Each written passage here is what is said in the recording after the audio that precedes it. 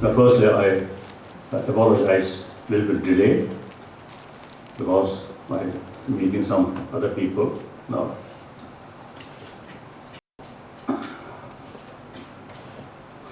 Then, most welcome here at my place. And particularly, I have some kind of duty to extend my special sort of greetings because I'm, as I mentioned earlier, Holiness Professor of Emory University. So, Professor, as a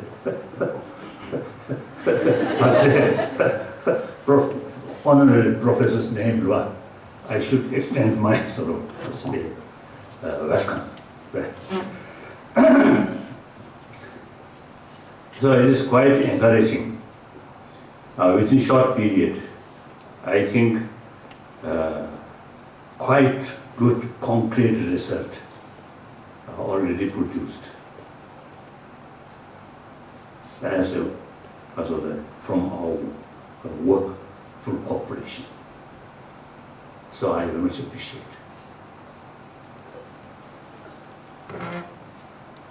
I believe that this cooperation, not just to institution, but I think we are inventing some new ideas, and eventually, I think enriching both tradition, modern science, and nowadays I divided Buddhism three parts: Buddhist science, Buddhist concept or philosophy, and Buddhist religion. So Buddhist religion for only Buddhist practitioner. But Buddhist philosophy or Buddhist concept and Buddhist science is universal. Buddhist science, two divisions. Buddhist science about matters, and Buddhist science about inner science or mind or emotions.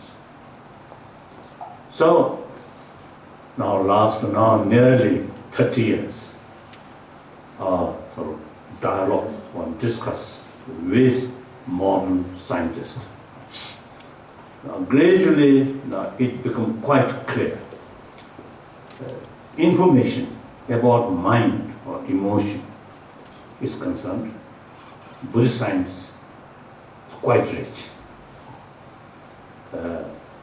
And also not only just information, but some experiences, how to deal with these emotions.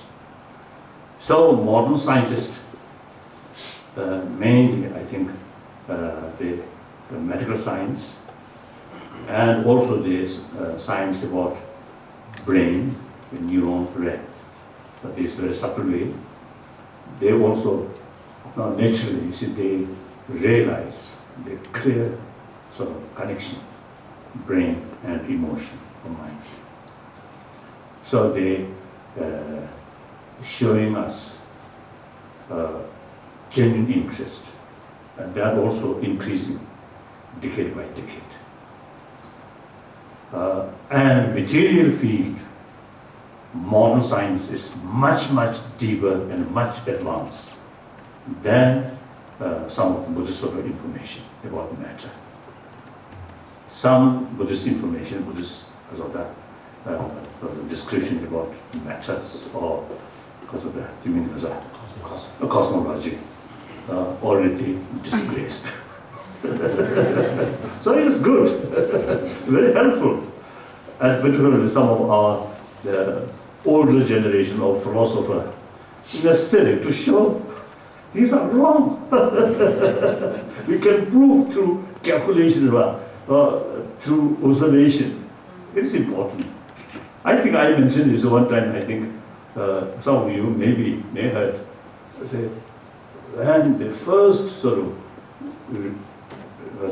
region, human beings walk in moon. Some pictures appeared some magazines in the 60s. So one occasion, I show one old scholar, I show, this is moon. He never believed, he never accepted that. That might be some part of Mount Meru. He mentioned like that.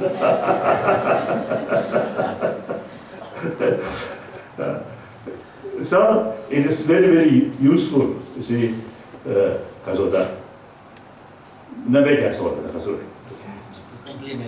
complement Buddhist science about external thing to modern science. We really need much information, very helpful. Then, as far as inner science is concerned, it's a modern science, just the beginning. About psychology, these are very, compared Buddhist psychology, very primitive, so progressive. So, very useful. From, I think, generally, ancient Indian inner science, and particularly Buddhist science, or Buddhist science, yes, Buddhist science.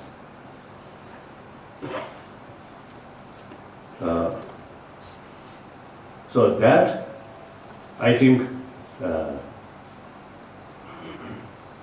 usually when I discuss with some seminar about this sort of dialogue, I usually telling them two purposes. One purpose, simply expand our knowledge in different fields, including mind, purely academically. The second purpose is now we already notice on this planet there's a lot of sort of unwanted things there, including violence, including terrorism. These things ultimately relate with emotion, more calm emotion. Then you can reduce these things. So whether accept religion or not, that's an individual business. But as a human being, it is useful, more deeper knowledge about emotion, and knowledge. Some emotions are very bad for our health. Then anger, hatred, fear, these are very bad for our health. So everybody, even these terrorists, they also concern about their health. Those suicides may not be. But generally, of course, every human being is taking care about also the physical health. So for a healthy body, it's very, very close connection with healthy mind. Now this is some latest scientific finding now proving that. Through that way, I think through awareness, the lesser these destructive emotion, or some of the emotion, which brings violence. You see, these kind of emotion can reduce, and once reduced, the person much more happier, the family much more happier, the society, community much more happier, isn't it? So nothing talks about next life, or Buddha or God. Simply, this very existence of this sort of humanity. Everybody wants more happier humanity. So therefore, second purpose about study of emotion, study of inner science. Second purpose is like that. So we are, many of these people, so don't care about these emotions, isn't it? So they consider emotion part of mind. So anger, hatred is considered just normal sort of way of emotion, and don't know how to tackle this emotion. So once they know these are very harmful and there's possibility to reduce, that brings immense benefit for health, family, life, and everything. So our research, not relying on quotation, through experiment, through more research work, this can be a contribution, proper way to promote awareness about these things. A small Buddhist center here and there, their contribution naturally very limited. University, such as your university, it's an academic source, academic body. You see, through research, not through sort of blessing or not through sort of quotation, through belief, but simply through experiment, through research, then it's more convincing to ordinary people. So that also the real basis of promotion of secular ethics, which my number one commitment, secular ethics. Secular does not mean rejection of religion, but rather respect all religions and no preference this religion or that religion. That kind of secularism is developed in this country because this country, I think almost 3,000 years, different religion already exist. So this nation, last more than 2,000 years, multi-religious nation. So you can't pick up one religion, that's national religion, you can't say. So multi-religious society, the constitution must be based on secularism. Respect all religion, no preference, Hindu or Buddhist or Jain like that. So that's according to Indian. Some my friends, some Muslims, some Christians, very much reservation there. When I say secular, they say, oh, don't say that. Secularism means some rejection of religion. When I say, you come from India. So then you know better. Like that. So my way thinking and also talking to people, the way promoting the secular ethics. Firstly, based on our common experience, then common sense, then the latest scientific finding. So in this field, you can make some contribution. Then Buddhist concept. Also, you see, some extent, you see, involved in our dialogue with scientists. The concepts such as interdependency, interconnectedness. Buddhist term, the Sanskrit, Patit Samuha, because of dependent origin. Arising, dependent origination. Interdependency. That concept really helpful to bring more holistic view, environmental issue, and whole planets of issue, and different continents, different nations. You see, that concept brings, yes, my future depends on them. So one time in Amritsar, we have some interfaith sort of meeting. One Sufi, one Sufi preacher there, he mentioned a concept, I need you. So that concept, I think, very, very realistic. Say, we need you.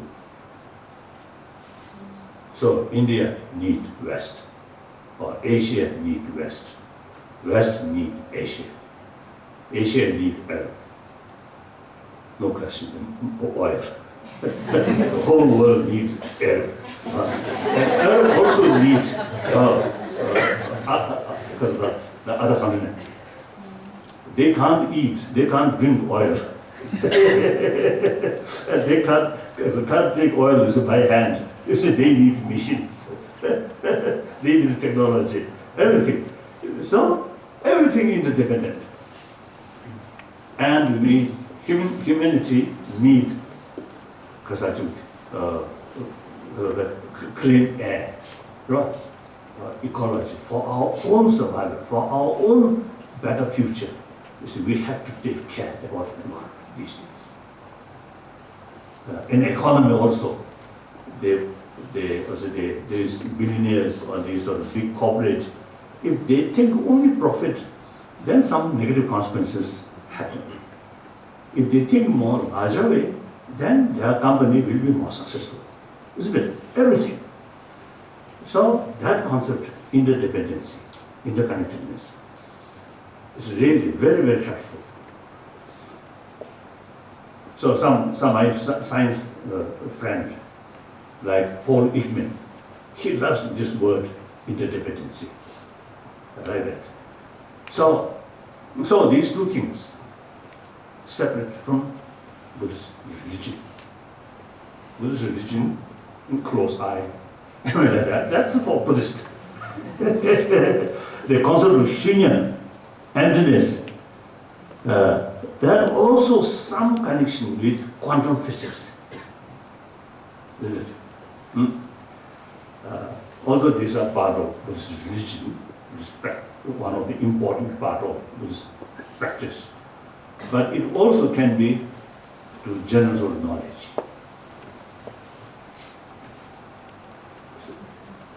One time, my close friend, strong supporter about Tibet, the father, Kasa, Lord, Father, Lawrence Freeman.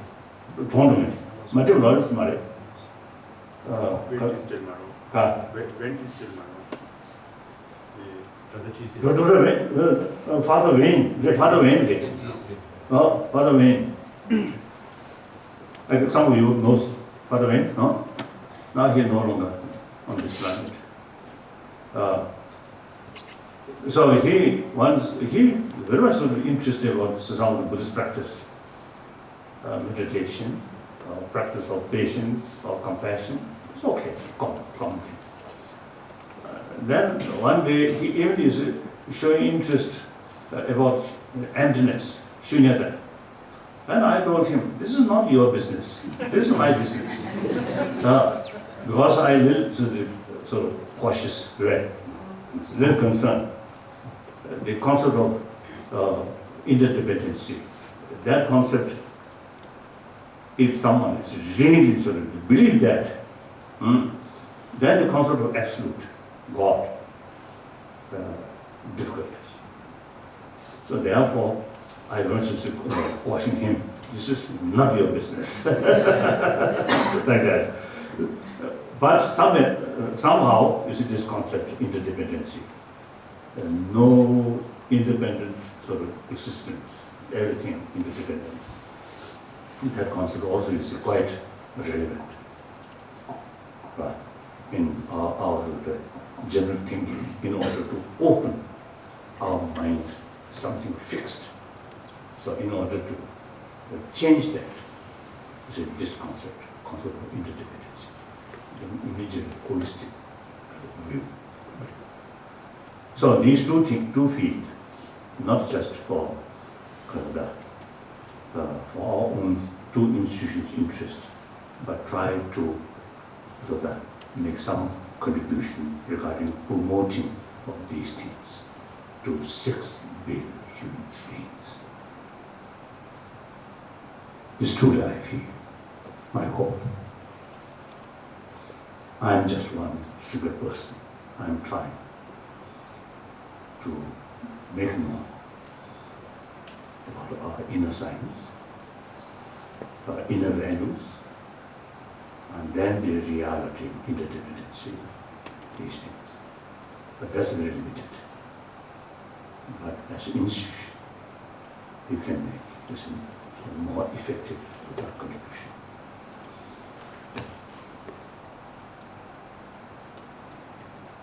Then Tibetan also, as I mentioned earlier. So these great Nagaland scholars, Nagarjuna, Aryadeva, Bosuban, Arya Asanga, all these, if they come today, I'm quite sure they will learn science, no question.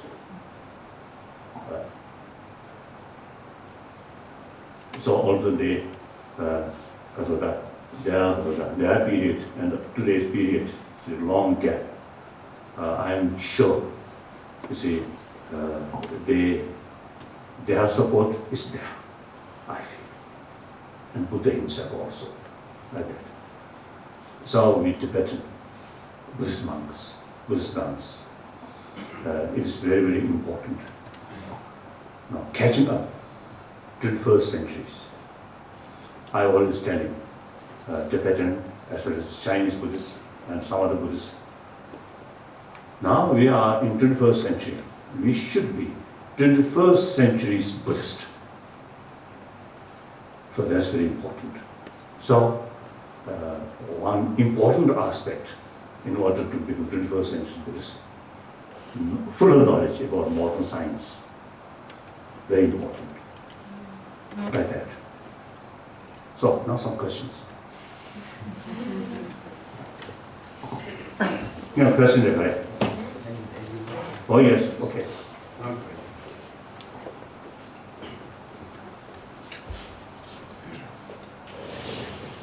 Good day.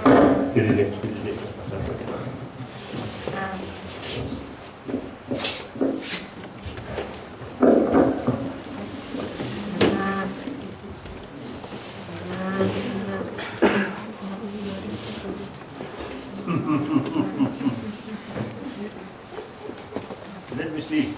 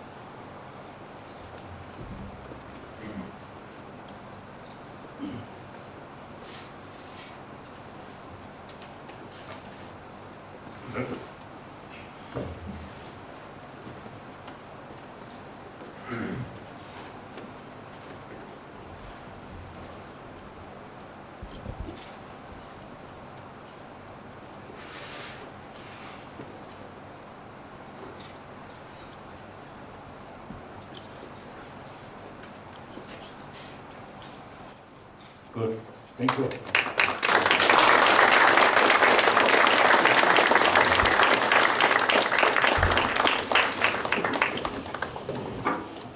Padre. Oh, question now.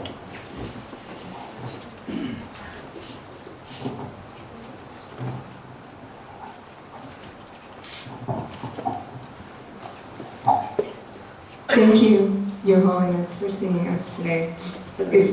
Sit down, if you insist.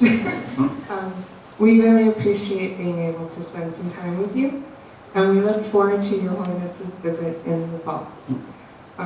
So my name is Jordan, and the students pulled together to ask some questions. So I'll ask you the first question. So we are involved in an unprecedented initiative to integrate science, education into a major religious institution. How might this initiative change the Buddhist monastic institution? And how might the potential benefits outweigh the potential dangers? Question.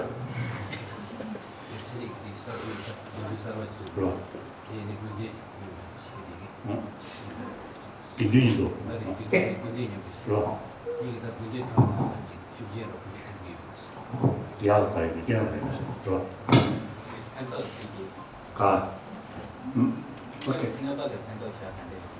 Oh. I already mentioned, already answered. Actually, one sort of story. And 30 years ago, my friend, some Western sort of Buddhist, I just casually mentioned, you see, we want to carry some dialogue, serious dialogue with modern scientists, modern science. And one American lady who Buddhist, she told me, Kaza, so talking with science, contact with scientists is dangerous because science is killer of religion. She mentioned that. Then I thought,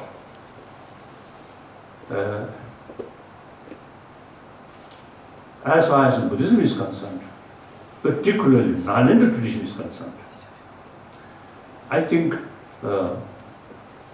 as far as I know, the Pali tradition, Four Noble Truths is mentioned, but mainly relying on Buddha's quotation. Then Sanskrit tradition, in order to also the proofs, in order to make clear about Four Noble Truths, it automatically related with truth.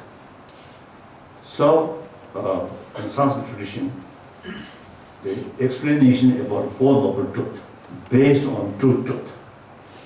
That means appearance, differences or gaps between appearance and reality.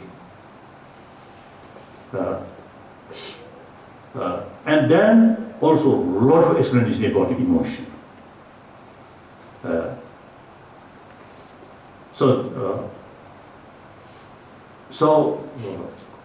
Sanskrit tradition by these great sort of Buddhist masters such as Digna and Dharmakirti, you see, they are in their writing, for particularly the Dharmakirti's Pramanavattika Karika, and second chapter, he explained about Four Noble Truths through reasons.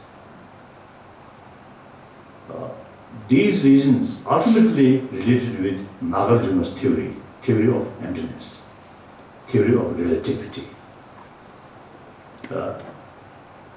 So in Buddha's own word, due to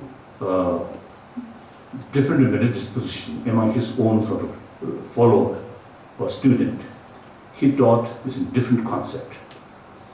Therefore, he stated, "Oh, my follower should not accept my teaching out of faith and out of sort of quotation, out of my word, but you must take experiment, examination, investigation.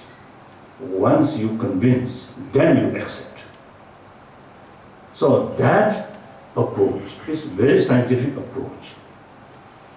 So as I mentioned earlier, I think through centuries we believe there's Mount Meru.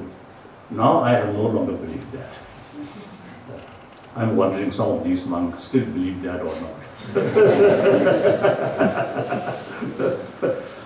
Because our every sort of day offering, part of that offering is offering Mount Meru, which is zero. But suppose we are offering that Mount Meru when that is finished. So you know, the Buddhists, particularly follower of Nalanda tradition, you see,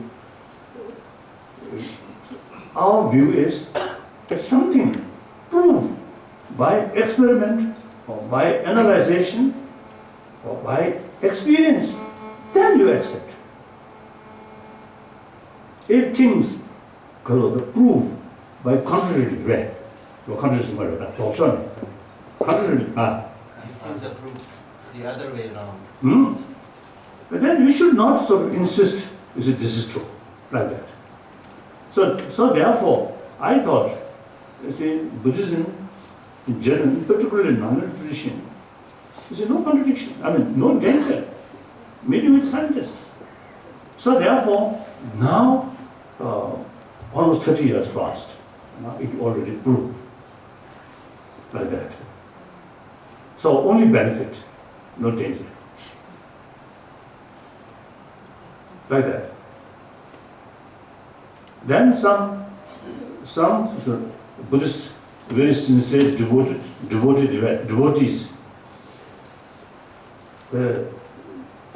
they very little knowledge about Buddhism. It is not almost the real Zamul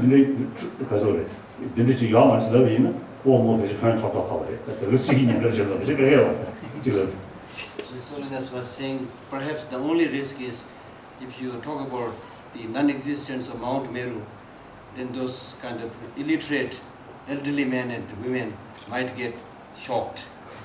That could be the only risk. So there's no problem.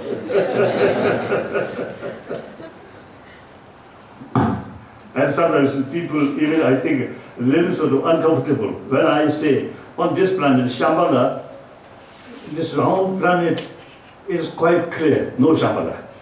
But if you deny completely existence of Shambhala, that's also a little bit extreme.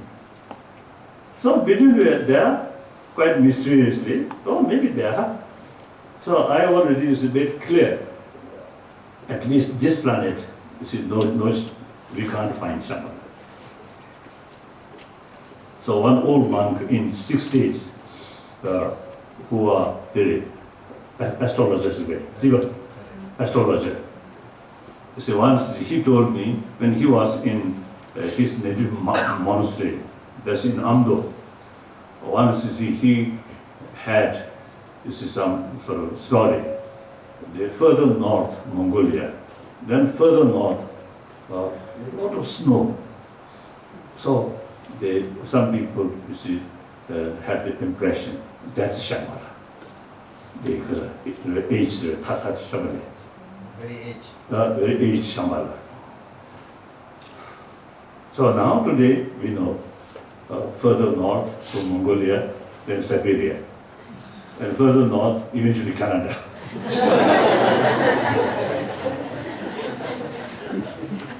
Go like that. That's true. We can see, we can feel, we can go. Like that. Yes, next question.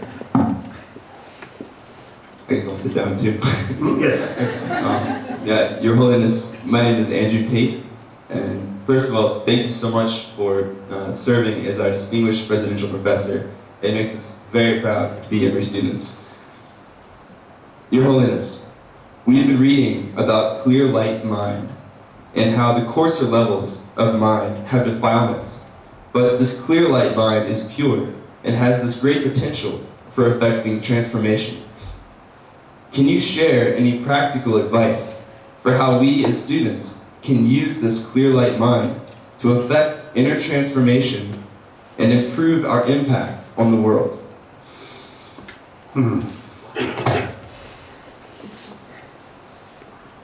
And I think, firstly, you have to carry suicide. Then all brain destroyed. Right? Then no longer grosser level of a function of grosser level of mind stop. Then clear light comes.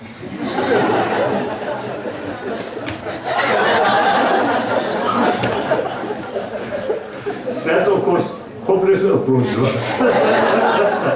senseless approach. There is some method. Pressing these two veins. Then the actually experience of death, dying, is come.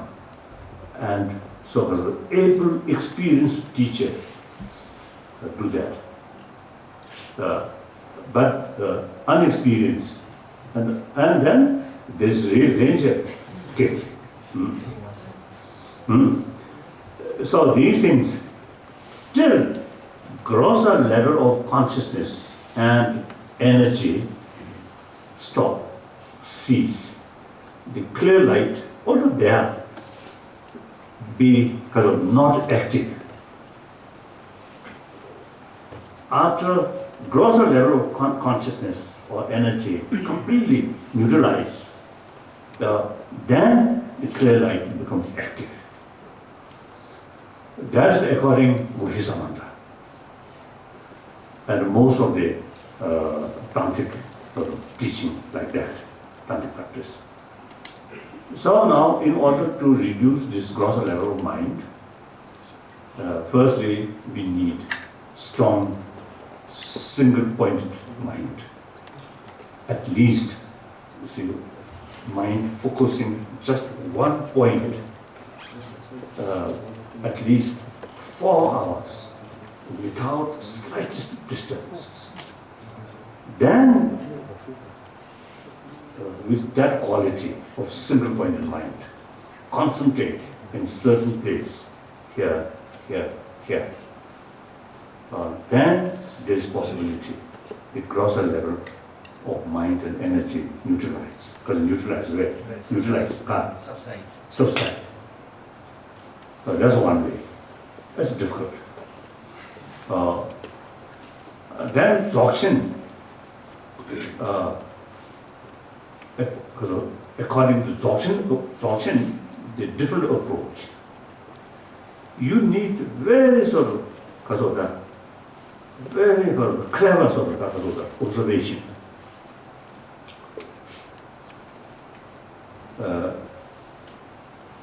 Every sort of thought or mind, the Shiva Yin Shiva,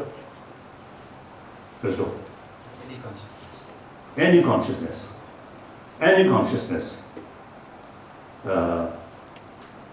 you see, I have 2 aspects, basically. One aspect, just cognitive. Within that, the difference of, because of that. Number matter, number matter. Depending upon the object, there could be different aspects. So that's another aspect. So, including destructive emotion, such as anger, still it is just mere cognitive nature is there. So that part, even anger, the cognitive part, aspect is still pure.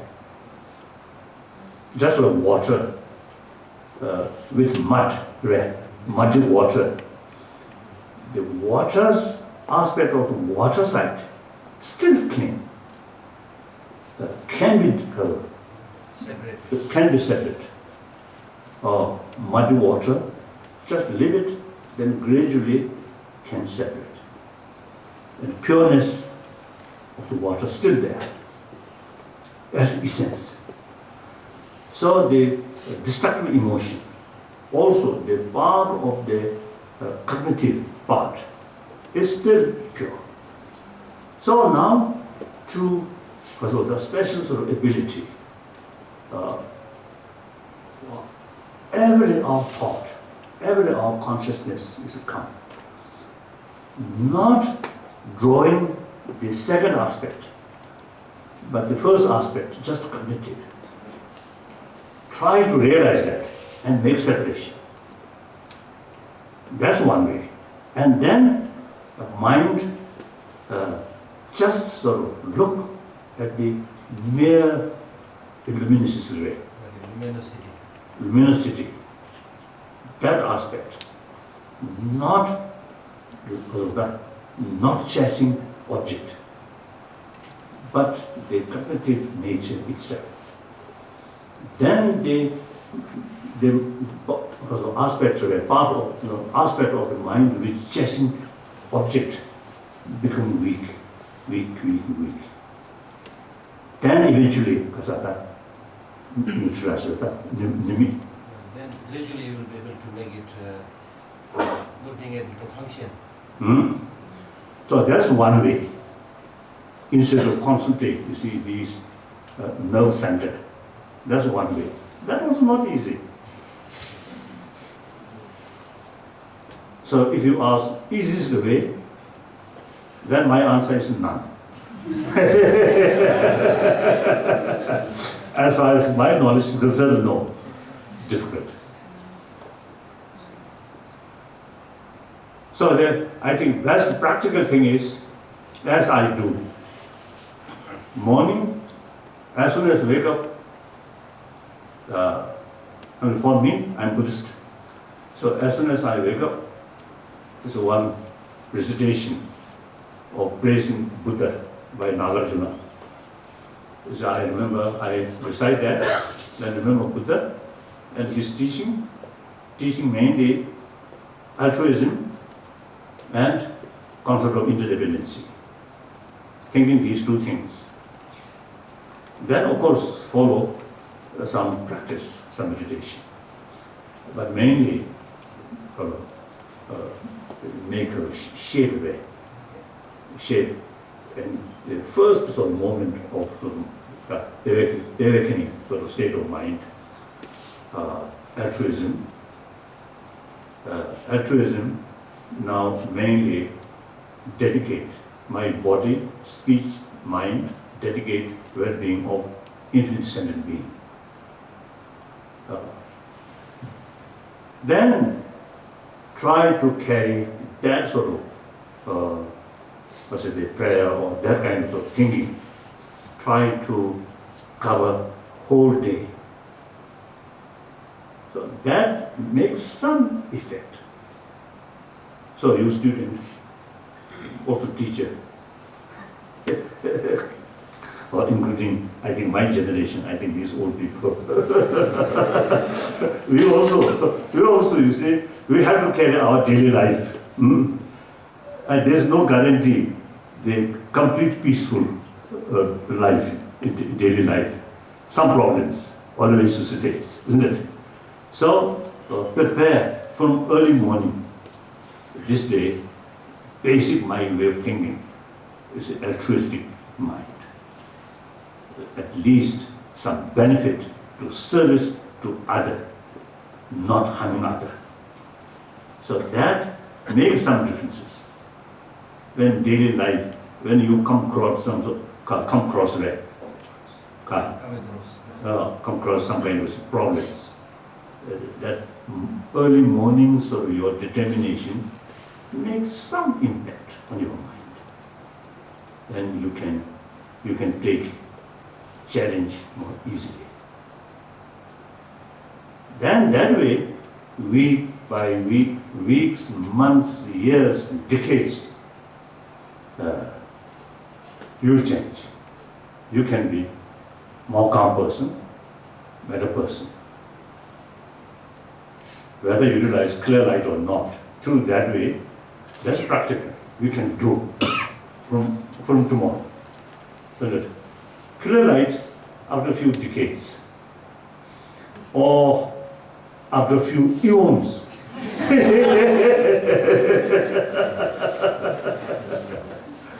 Like that.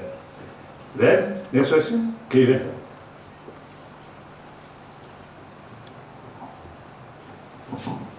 Thank Your Holiness again for seeing this. You mentioned a little bit about your motivations for wanting to have an interfaith dialogue, but we were wondering what Buddhism can gain from this interfaith dialogue and how we can integrate it into our lives instead of having it just be a dialogue. 나벌레 기왕 가져주세요. 그래서 나벌레 기왕 가져요. 진짜.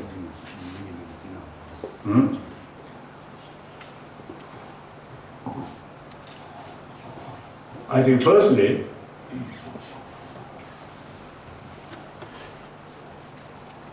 in this planet, I think last, I think 2,000–3,000 years, some problems due to different religious faith. Because I think in order to develop single-minded faith, practically I think every religion emphasis my religion is the only religion, only true because of that truth.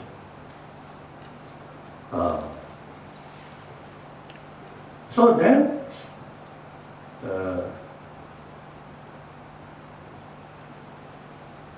in a situation, community, all community, follower of one religion, remain isolated, then no problem.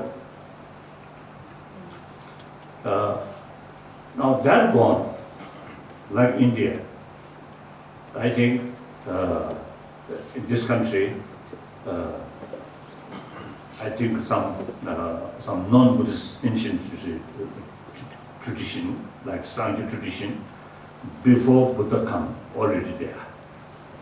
And within that, some differences already, different tradition already there. And then Buddha's time, the Jainism also more or less same time, you say happened. So these are homegrown religion. Then Zoroastrianism come. I think Zoroastrianism, I think first Mendel from Iran. Then Christianity and Islam, also Judaism. All major religious traditions exist here.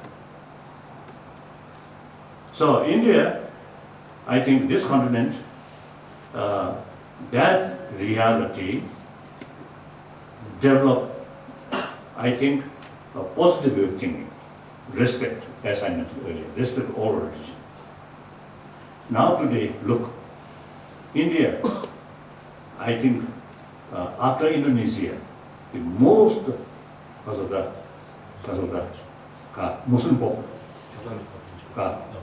No, I think number one Muslim population after Indonesia, India. Compare Bangladesh, Pakistan, Afghanistan, this country is Muslim. Some pockets, troublemaker here and there is always there, but basically very, very stable. Because of century-old harmonious spirit.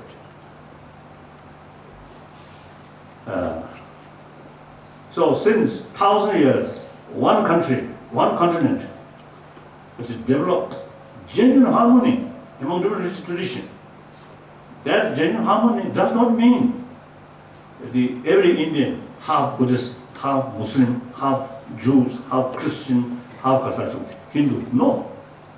Hindu remain Hindu, Buddhists remain Buddhist, Jains remain Jain, Christians remain Christian, like that.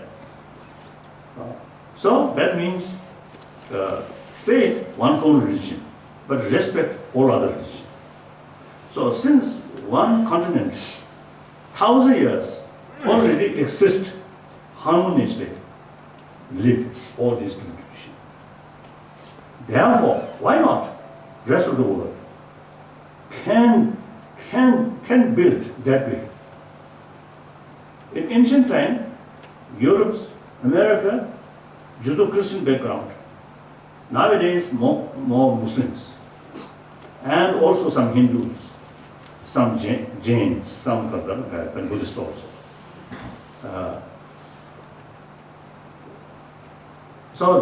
So according to the past experience and also present sort of situation, it is highly necessary to make effort to promote religious harmony.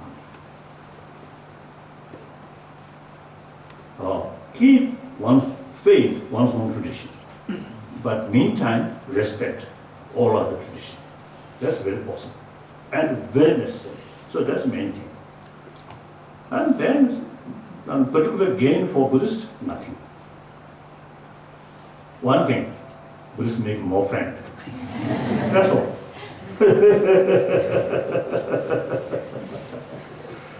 The next question? Yes. Thank you. Thank you.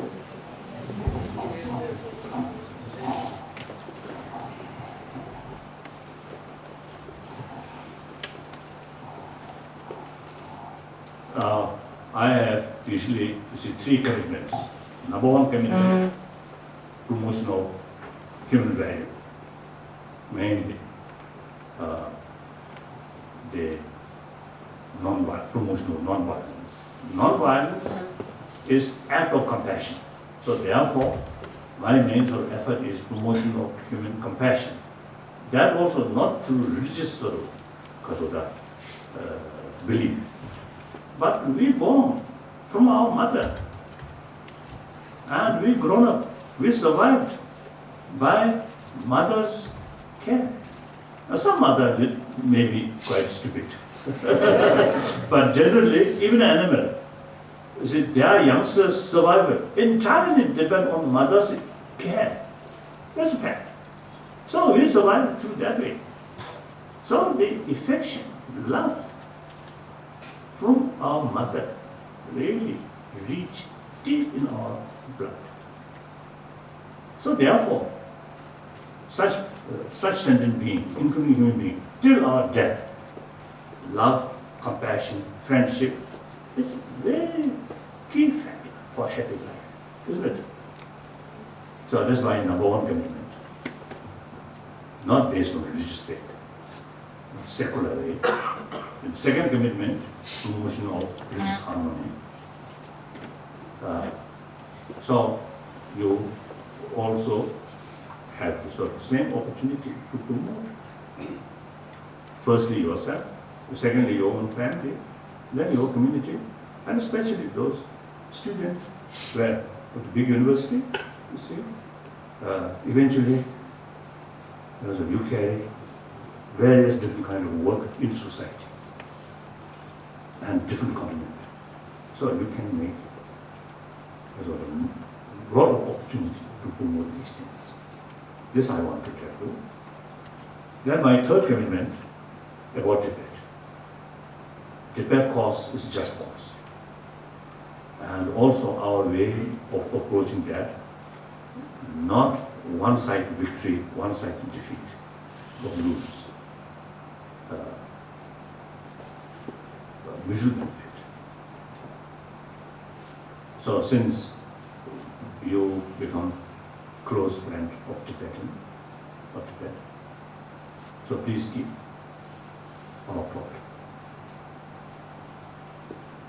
When this is Chinese, communist, narrow-minded people, they simply deny there is no problem about Tibet.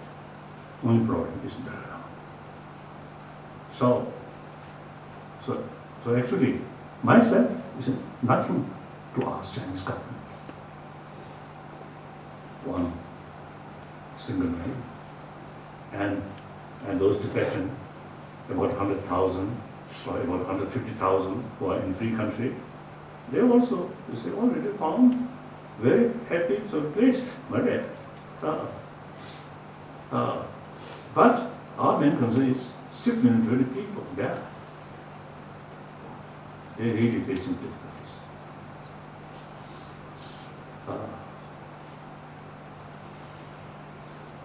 And we, I think maybe a little prejudice, but I think fact, we are, I think the Tibetan culture, Tibetan people, not uncivilized people, I think. Because of these masters, their knowledge, once reached Tibet, I think Tibetan people, their whole way of life changed. Their cultural heritage is usually I describe culture of compassion, culture of peace.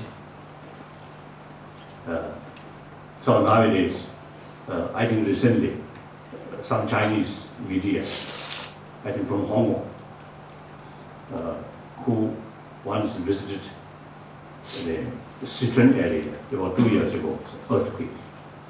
This time, in the Tibetan area, they witnessed both. Then that person, you see, had the impression that those Tibetan, same tragedy, same suffering, but much more calm, much less frustration. So that's all these people, including nomad people, not necessarily good scholar or good practitioner, but because of whole cultural heritage, brought that kind of way of thinking. Isn't it? So therefore, you see, Tibetan, actually, very proud people. So then some new master come and all your thing is backward, not good. So must change, including language. But then you see, naturally, that's unreasonable, isn't it? Oh, so this problem is happening. Then sometimes you see, half joke is half true. You see, expressing. Wherever I go, people always used to describe Dalai Lama of Tibet. Nobody say Dalai Lama of China. This is not my creation, isn't it? But this is fact. Do you consider me as a Chinese or Tibetan?